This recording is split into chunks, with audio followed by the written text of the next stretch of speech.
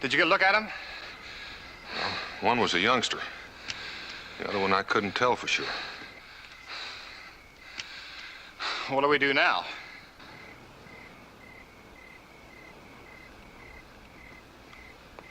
Well, I'm sorry, but I guess you're going to have to put on your boots and do what I'm doing. Walk.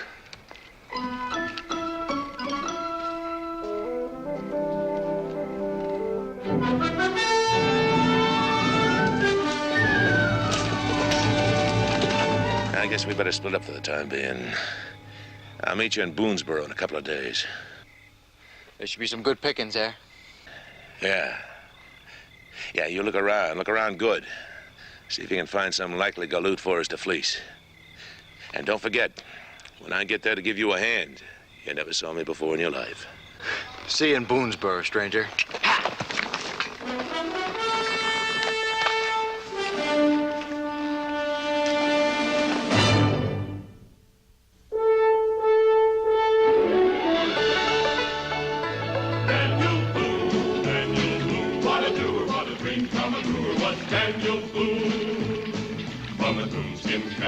Top of old Dan to the heel of his rawhide shoe.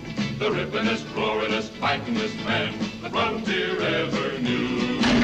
Daniel Boone was a man, yes, a big man, and he fought for America to make all Americans free. What a boom, what a doer, what a dream come a truer was he.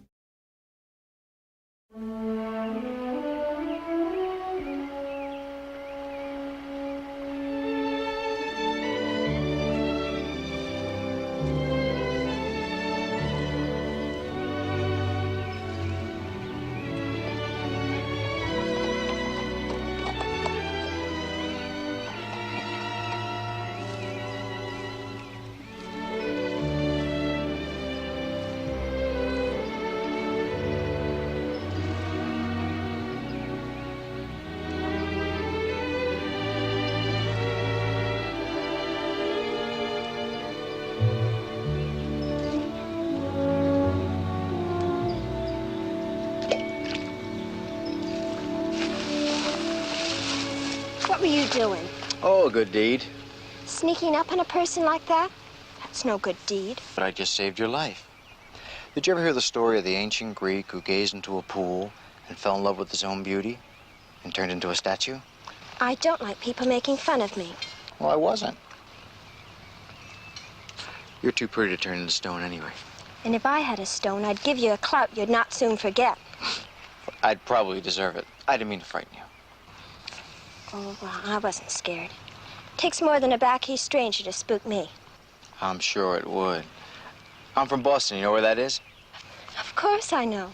We're not savages out here. I can read and write, and my pa's taught me plenty about the history of our country. I'd like to meet him. My name is David Ellis. Do you live nearby? In Boonesboro. Oh, Daniel Boone's settlement. Do you know him? Well, might say we're on speaking terms. Good morning.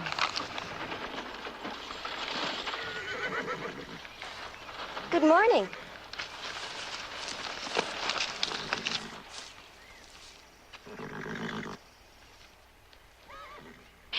Which way to Boonesboro? Oh, it's straight up the road you're heading. Not more than 3 miles. We made it, Marnie. We made it. Bless the Lord. That's the way my pa always gives thanks to the Lord, in a loud, clear voice. Amen to that, Pa. Amen to that. She's a young girl, isn't she, Marnie? That she is, Pa. And she's got a handsome young fellow with her. We come a long way, child. All the way from Philadelphia. I'm going to build me a house and open a business in Boonesboro. A business? I sell clocks, and I fix clocks. But, Well, blindness don't stop Pa.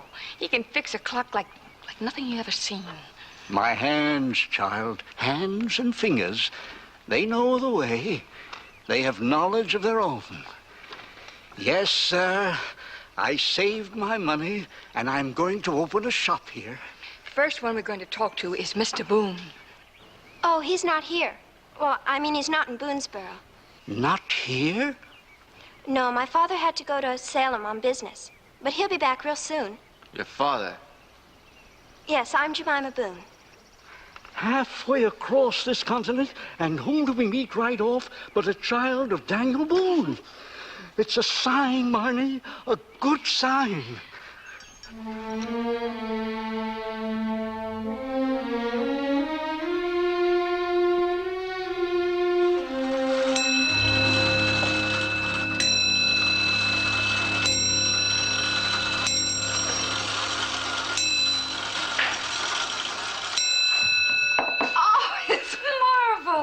It sure is something. You brought that all the way from Philadelphia?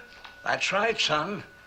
I'm a master craftsman, and I kept it ticking all the way down the trail.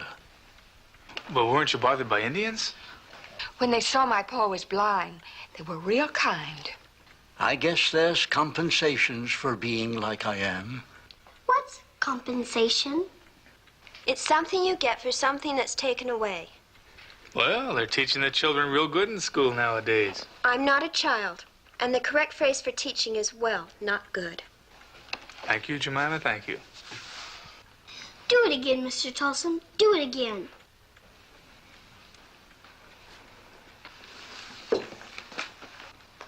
Excuse me a minute, I'll be right back.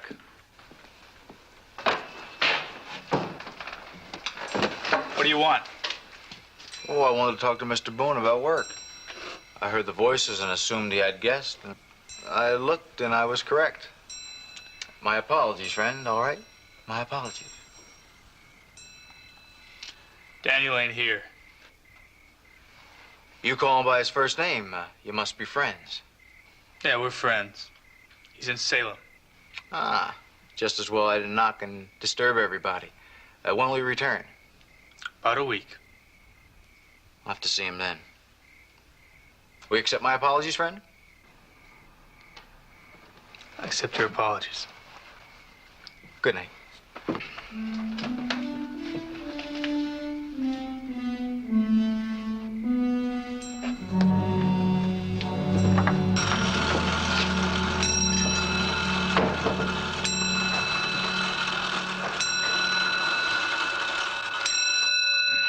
Pa was the finest clockmaker in the colonies.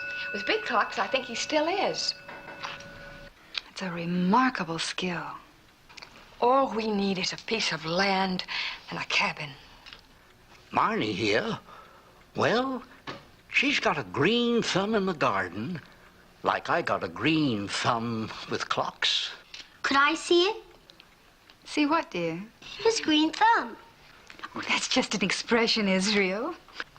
One time I got my hand all full of red from picking berries. Is that the same thing? No, it's not the same thing. The red hand is a fact, and the green thumb is a metaphor.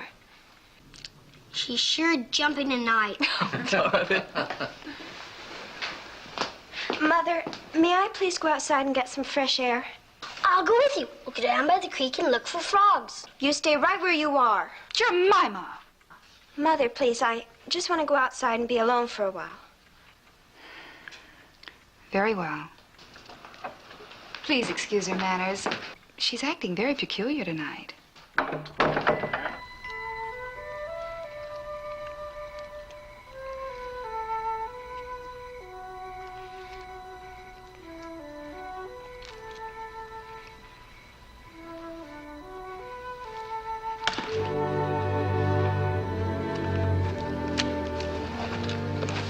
Don't you know it's improper to scare a man like that?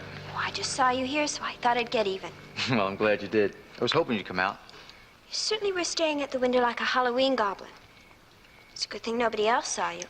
Oh, someone else did, that Jericho fella. Oh, so that's why he went out. Oh, we were quite friendly. Yeah, we even shook hands. I asked him about your father. What for? To inquire about work. Well, the settlement looks fascinating to me. It's beautiful. This place? Oh, it's just rough cabins and plain people. Beauty is in the eye of the beholder. You know, I don't altogether understand you. You're always talking in circles. That's the way I move in my life, in circles. Well, can't you ever talk straight about what you mean? I mean, you're one of the most comely and charming girls I've ever seen.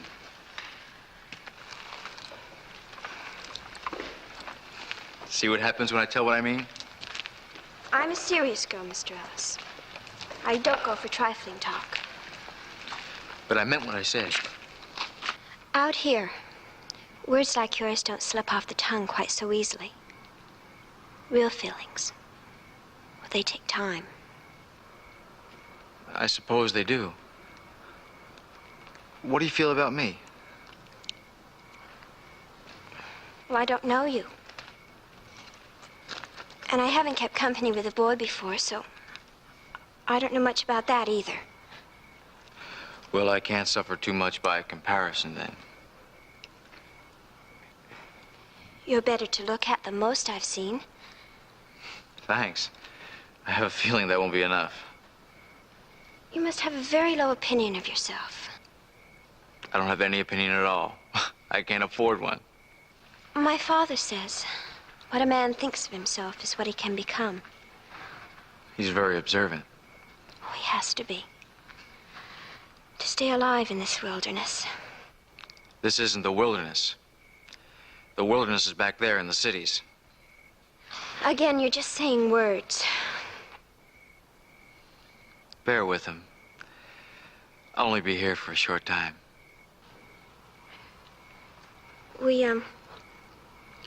We do need more men here. You'd be welcome. I usually overstay my welcome, Miss Boone. Well, if you do stay, it's Jemima. Jemima? My nemesis. I'd better say goodnight.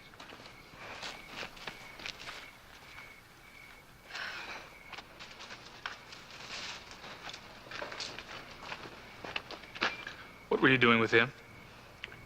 Talking? Do you know him? Of course I know him. We've met. Now listen, Jemima, I don't trust him. I don't recall asking whether you did or not.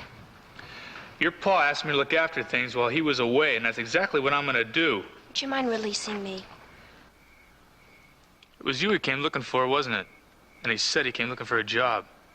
You know something, Mr. Jericho Jones? What? I'm not a child. So you take care of your business, and I'll take care of mine.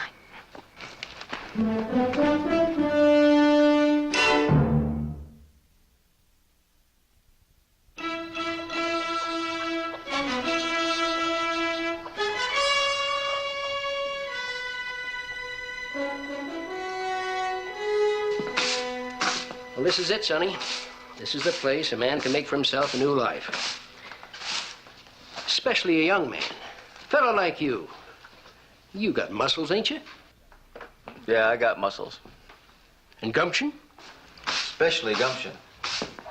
Well, that's all's needed then. You do a day's work and pull your own load, be a man or woman, young or old, you can make for yourself a brand new life. Hear, hear. Have you got a job for me, Mr. Cincinnatus? Well, I'd like to say yes, but I can't. I got a young fella working for me now. I reckon I ain't got no work here at all for you. Good morning, Cincinnatus. Morning, Becky. Mima. Good morning. Morning. Good morning. Good morning. You need something, Becky? Indeed I do. A nice, strong man. What for? I found a cabin for the Tolsons. The old McNaughton place. You know, it's been empty for months, and I'm sure no one will mind if they move in. At least until we can have a cabin raising for them. Well, the McNaughtons won't mind because they ain't coming back. When the Tolsons moving in? This morning. I do have Jericho, but I'll need another man to help. You know, there's a wagon to unload and a cabin to clean and wood to chop. Well, you get on back and get ready, and I'll see that somebody gets over to help you directly. Thank you, Cincinnatus. Jemima. Yes, ma'am? We'll be going now. Good morning, Cincinnati. Good morning.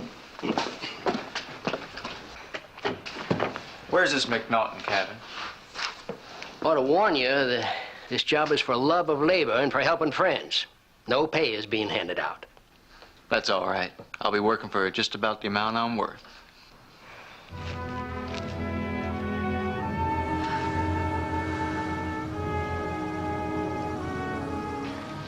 Well, here it is, the McNaughton cabin.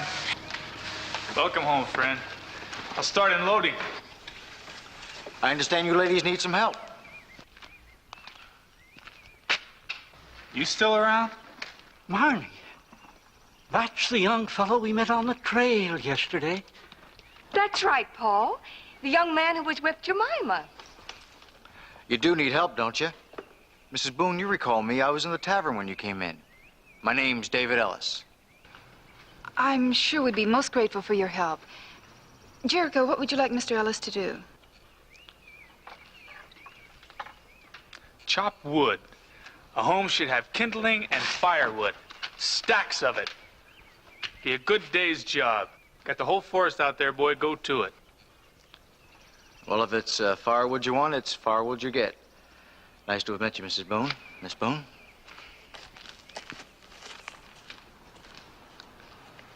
It is curious. What is, Ma? Everyone seems to know that young man but me. Oh, well, let's get to work. Bring the brooms, Jemima.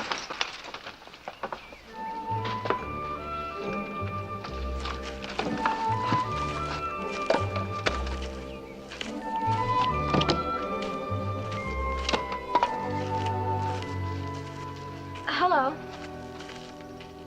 Hello. I saw you come by with the wheelbarrow. Did I impress you? Well, I just came by to tell you that food will be ready soon. Oh, look at your hands. They're all raw and blistered. Axe Handles and I aren't exactly old friends. Well, I'll go get something for them. No, stay. Would you like to sit down?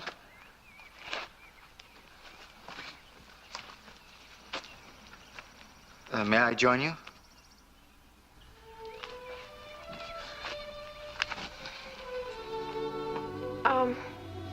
They're cooking deer stew. That should be delicious. Oh, it will be. It's my mother's own special recipe. I'm a fair cook myself, thanks to her. Fair in many ways, thanks to her. You've got nice broad shoulders and good bones. Hey, look, Jemima, why don't we just stop talking about me? But I can't. Try. I don't want to. But you only make me out to be somebody I'm not. Well, you're not a violent man, are you? No, I'm not. But, violence isn't the only sin. You have others? Plenty of others. Can't be very bad. Why not? Because I like you. And I couldn't like anything that was really bad. Listen to me. You shouldn't be troubling with someone like me. But I am troubled. Don't you understand? I am troubled.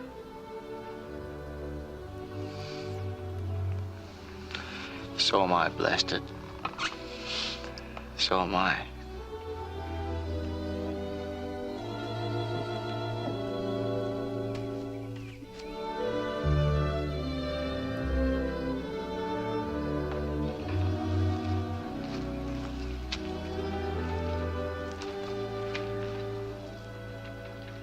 Mima? Oh, It's time for you to set the table, dear. Yes, I was just coming. Well, aren't you going to come? I'll be along in a minute. Go ahead. Well, I'd better be getting back to my work. Oh, David, don't run away. I was hoping we could have a little chat. All right. Where's your home, David? It was Boston. Oh? Do your people still live there? Well, my father was a banker until the bank failed. Then my mother died several months later. I left Boston shortly after that. Is that what you wanted to know, Mrs. Boone? I'm sorry, David. You have had a hard time, haven't you? Forgive me, Mrs. Boone, but I'd rather not discuss it.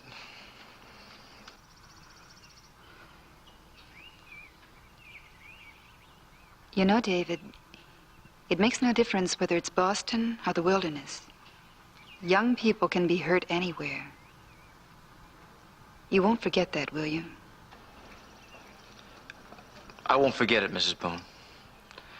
Now I better be getting back to my work. We'll be eating shortly. Why don't you wash up and come inside? Afternoon, ma'am. Good afternoon. Name's Kravick, Mike Kravick. I've been working my way across country headed to Boonesboro. I don't mean to disturb you. You're not disturbing me. I'm Mrs. Daniel Boone. Dan Boone's missus. Well, now, this is a pleasure. Oh, and this is David Ellis. Yeah. I'm pleased to meet you, too, son. Ma'am, I'm wondering, seeing as I'm feeling kind of tired and hot and dusty, you could spare a man a drink of pure water? Well, of course. David, will you show Mr. Kravitt the well? And the road to Boonesboro is right down that road. Well, thank you, ma'am. Thank you kindly.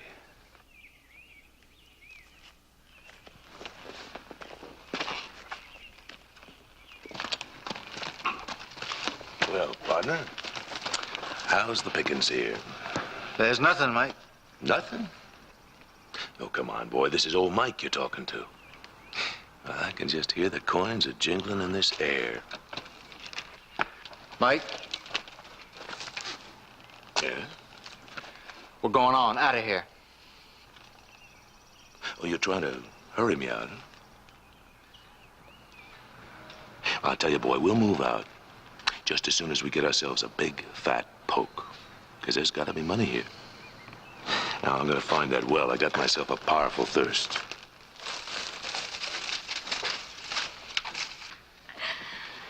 They're going to be pretty curtains. They're sure going to be pretty.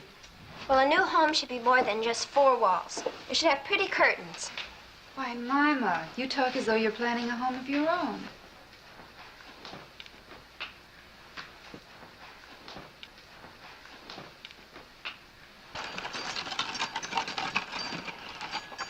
You're still working at that door. You sure take all the easy jobs, don't you? Any job you take would be hard, even blowing feathers.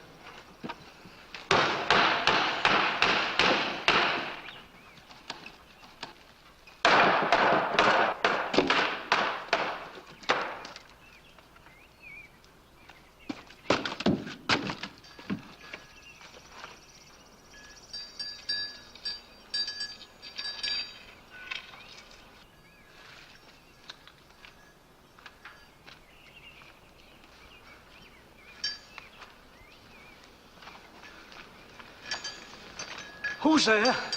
It's me, Mr. Colson, David Ellis.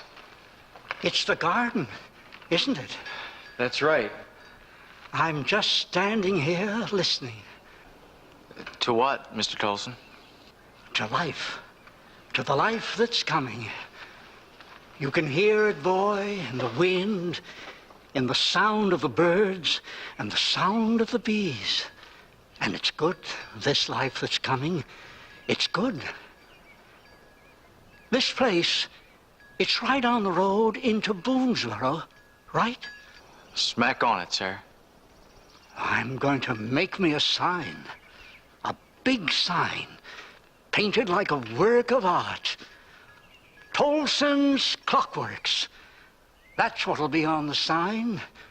It'll announce my shop and my business. How old are you, Mr. Tolson? Well, lad, I won't see 70 anymore. But I'm like a clock. You take care of it, and it goes ticking on. Tick-tock, tick-tock. Tolson, Tolson. You see, we're the same. How old are you, son? Well, I shan't see 20 again. But you got a long way to 25. Long way. How would you like to learn the clock trade? Become a master mechanic in the mysteries of gears and springs? You offer me a trade, sir?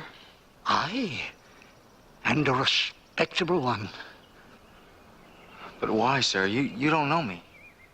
Because I like the sound of you. There's kindness, there's education and wit. You can be my apprentice, David. I'll teach you all I know. There's more kindness in you, Mr. Tolson. And you are looking for a new life, aren't you, boy? What? Everyone is always surprised at how much the blind can see. Well, you think about it. All right? You'll think about it. I'll think about it, sir.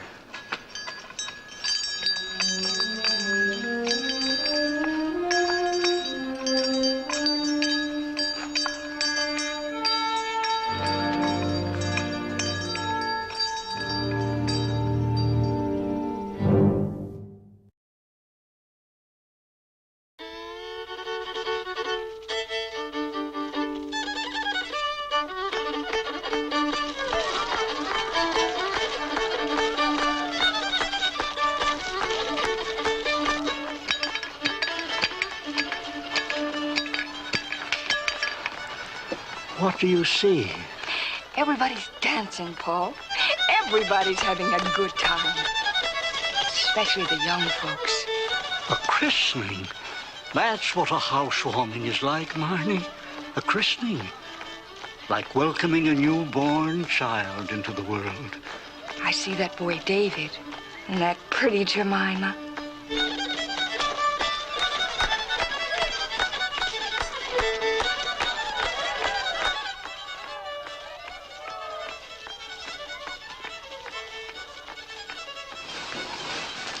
Why, Mr. Kravick, what are you doing standing there? Come on in and join the housewarming. Well, thank you, Mrs. Boone. There's punch for the gentlemen, punch for the ladies, and help yourself to the food. I'll get around to it, ma'am. But first, I'd like to know who's my host. The Tolsons. They're sitting right over there. Oh, thank you. I'll just pay my respects. Enjoy yourself.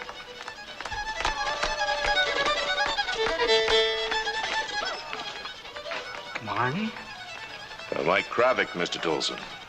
I'm just sitting down to congratulate my host and wish him the best. Thank you, Mr. Kravick. This is certainly a sight and a joy to behold. Everybody having pleasure here in the wilderness. It's a sure sign of times to come. That's just the way I feel, friend. A sign of the good times to come. I'm just sorry Dan Boone ain't here. I rode all this way to shake his hand. Folks owe a lot to him. Yes, sir, that they do. I understand you're a clockmaker, Mr. Tolson. That I am. And I'm opening a shop right here in Boonesboro. That's my faith in this country. Well, that's all well and good. And meanwhile, a man's got to live. Just what do you plan to do until you get some business? I'll be all right, Mr. Kravick. I'll be all right. Will you now? I got money. Saved all my cash for a rainy day. I can take care of myself for quite a time. Well, now, I'm glad, Mr. Tolson. Yes, I'm sure glad. I just come over to offer my best. Barney, Yes, Paul? we had a chat. Pleasant chat. Well, thank you, Mr. Kravick. This is my daughter, Marnie, Mr. Kravick. Well, the pleasure's all mine, ma'am.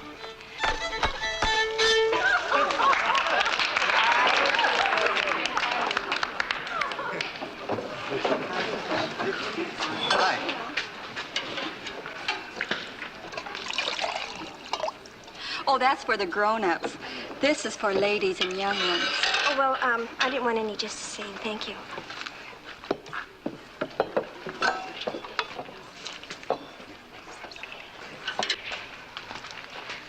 I think I'll have a taste of that.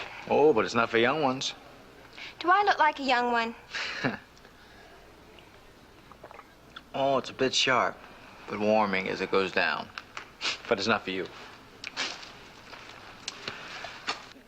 All right, everybody, come on, gather around now. We're going to have a square dance. Come on. Hurry up. That's it. Have you been inside the cabin? Here we go. Oh, not since this morning. Oh, come on. I want to show you something. And now, 1, 2.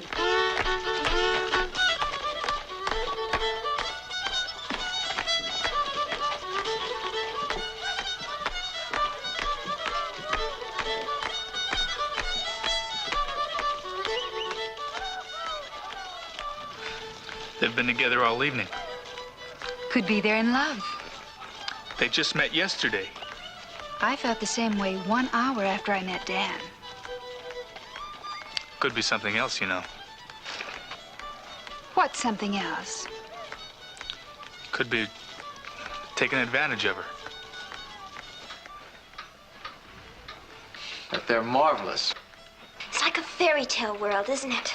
They sure fascinate me. Oh, it's such a pretty cabin, isn't it? Well, it looks like it can keep out cold and rain forever. It's because it's a home, and it's meant for people who love each other. Oh, it's what I want, David. More than anything in the world, it's what I want. Oh, it smells so new. And it ought to be for people beginning new. Have you ever heard of first smoke? What? Oh, it's got a special meaning. And what's that? Well, when a couple build their first home, and it's all ready for living in, they make their first fire and watch the smoke. To see if the chimney works? No. If the smoke goes straight up, well, it means they'll be healthy and happy and have lots of children.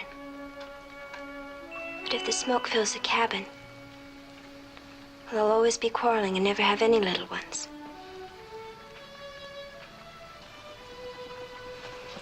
This smoke's going straight up.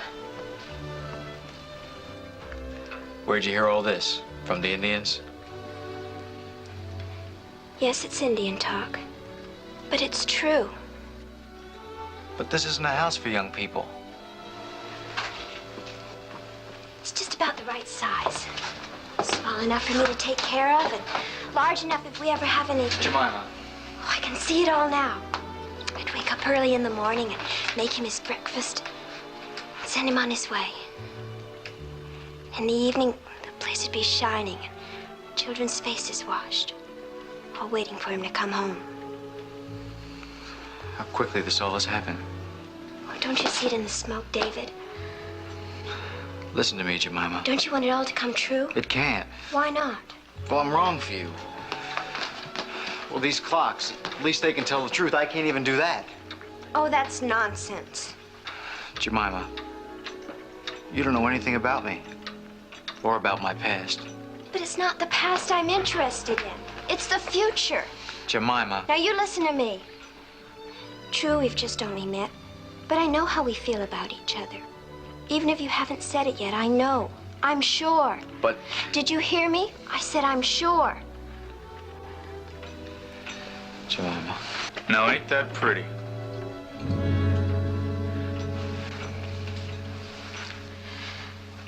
How dare you come sneaking up on us? Your ma wants you. Anybody with the slightest good manners at all wouldn't come... I said your ma's looking for you. You better go. But... Go on, I'll see you later.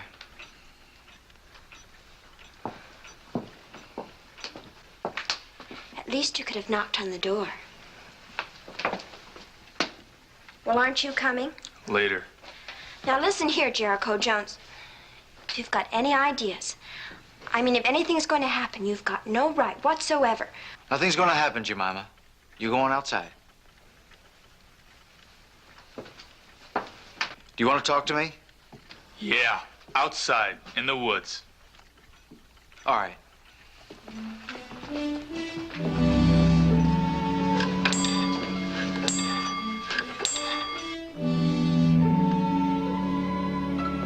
What's that for? Just in case you don't answer my questions right. What questions? About Jemima. Just what are my intentions toward her? Yeah, you catch on real quick. Well, I hope you do too, because my answer's none of your business. Now listen, I'm not gonna let you lead her on, so you answer me, you hear? I repeat, my feelings toward Jemima are absolutely private and of no concern of yours. I'm sure your heart's in the right place, but you're stupid, do you know that? Get up. Look, I'm not gonna fight you over Jemima. She don't mean very much to you, does she? You're Jemima's friend. Then I got your answer. You're a sneak sneaking around a young, innocent girl, leading her on. Get out of this settlement. By sunup tomorrow, I want you 50 miles from here.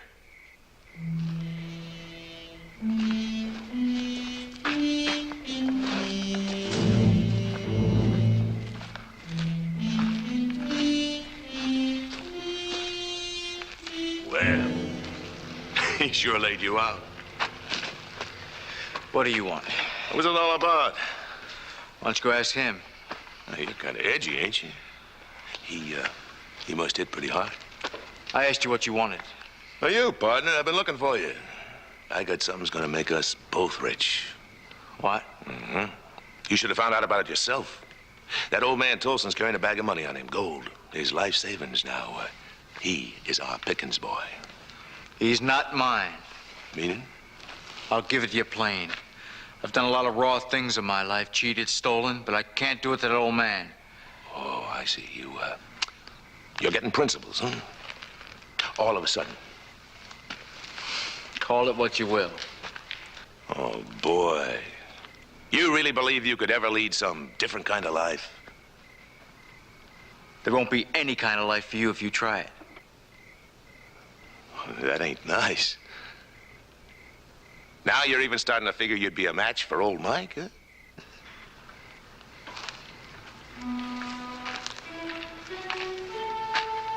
Anytime.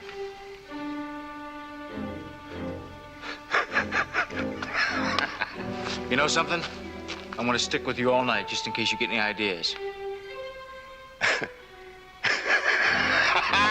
That's a good idea, boy. Yeah. You know, partner, you're growing into one fine man, huh?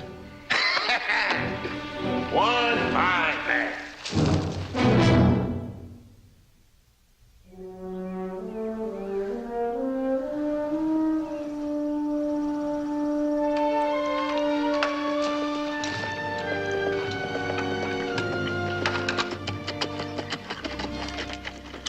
Morning.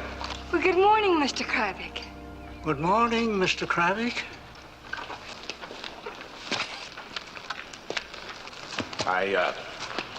I see you're headed someplace. Marnie's driving me into the settlement to pick up some supplies.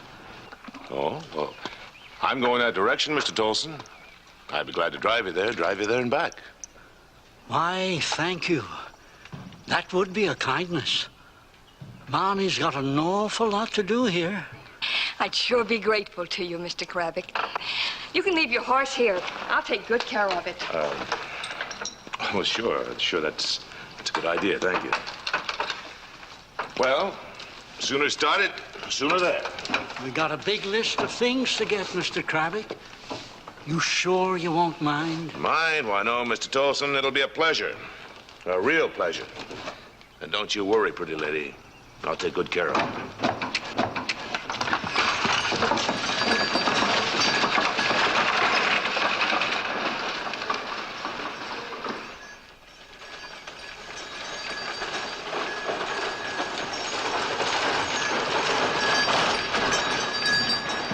You're going mighty fast, Mr. Kravik. I'm in a hurry, Mr. Tolson. I'm always in a hurry. That's because you're young. Old fella like me, going slow has benefits. I find the right place up ahead, I'll let you rest a spell. Yes, sir. Quite a spell. Ah!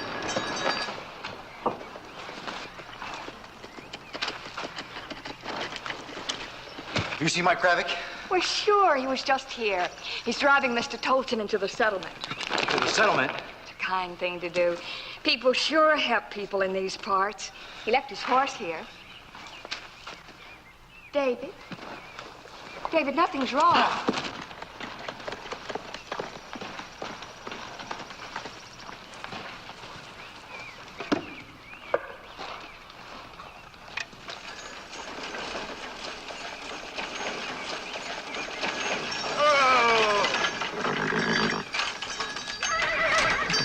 What is it, Mr. Kravik? What's wrong? Nothing's going to be wrong, Mr. Tolson. It's me, David Ellis. Mike, I don't sleep so good. Guess I should have made sure you did. You should have. Put down those reins to get off that wagon. I can't do it, boy. Not till I get what I'm after. What is it? Will you tell me what it is, David? He wants your money. No. No. Yes.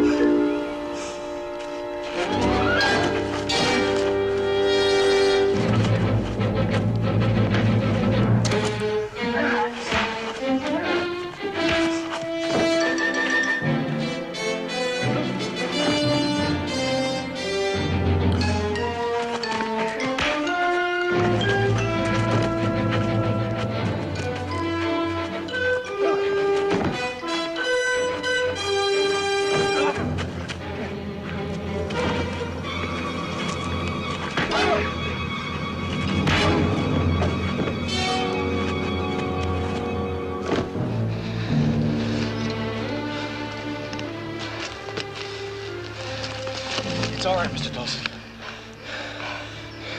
It's all right now.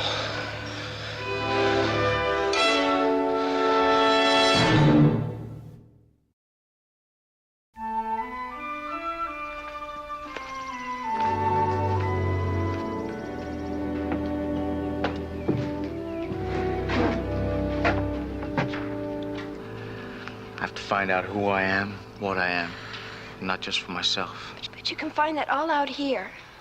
That'd be too easy. The people here are good, honest, and it wouldn't work. I have to go back to that other wilderness.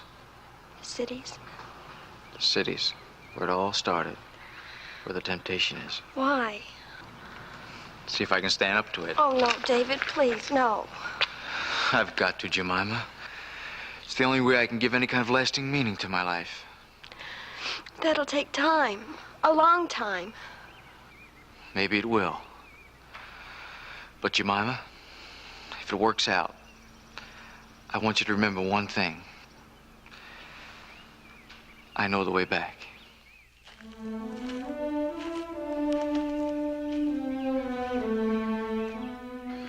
You think he'll come back? Perhaps. One thing's certain, though. When her father returns home, he's going to find a different Mima. She's no longer the little girl he knew. Dan's in for a surprise.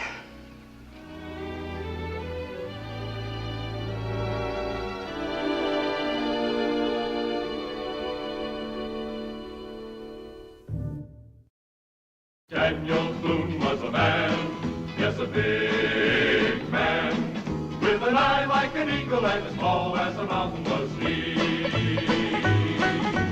Daniel Boone was a man, yes, a big man. He was brave, he was fearless, and as tough as a mighty oak tree.